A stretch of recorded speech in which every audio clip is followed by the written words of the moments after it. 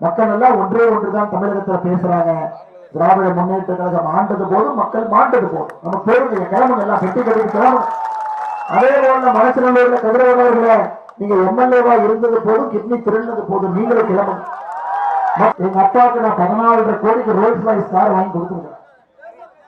ஒரு கிட்னியை நான் மாத்தினா 2 to 3 லட்சம் தான் கிடைக்கும்.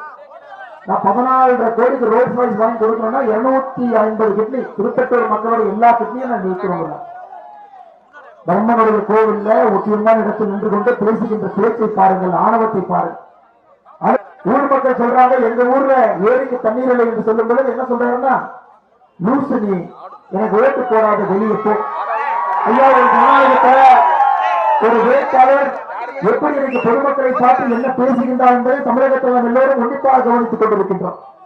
திமுக உங்களுக்கு தெரியும், ஒரு கலர் ஜெராக்ஸ் எடுத்து ஒரு போலி டோக்கனை 8000 ரூபாய் டோக்கன் எடுத்து வீடு வீடா சுத்திட்டு இருக்கிறான்.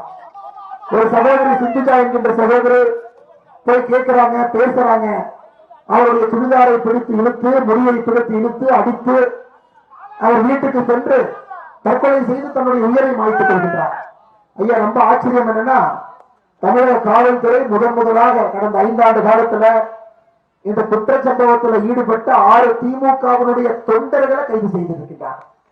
ஒரு காலத்துல குற்றவாளிகளை காவல்துறை பிடிப்பாங்க, குற்றவாளிகளை பிடிச்சா பாதி பேர் திமுக காரணமா இருக்கிறான். நான் கூட நினைச்சேன், அந்த மீசையெல்லாம் முழுக்கி ஒரு எம்பியாக இருப்பவர் காட்டுமன்னார் கோவில்ல சட்டமன்ற வேட்பாளராக போட்டி போட போறாங்க. அவரும் 3 நாள் வேட்புமனு வாங்கினாரு, ஃபில் பண்ணாரு, கையெழுத்தெல்லாம் போட்டாரு. ஆனா கொடுக்கறதுக்கு முன்னாடி திமுக காரங்க சொல்லிட்டா, அண்ணன் உங்களுக்கு எப்பவும் பிளாஸ்டிக் சேர் தான், எம்எல்ஏ எல்லாம் ஆக்குறாங்க.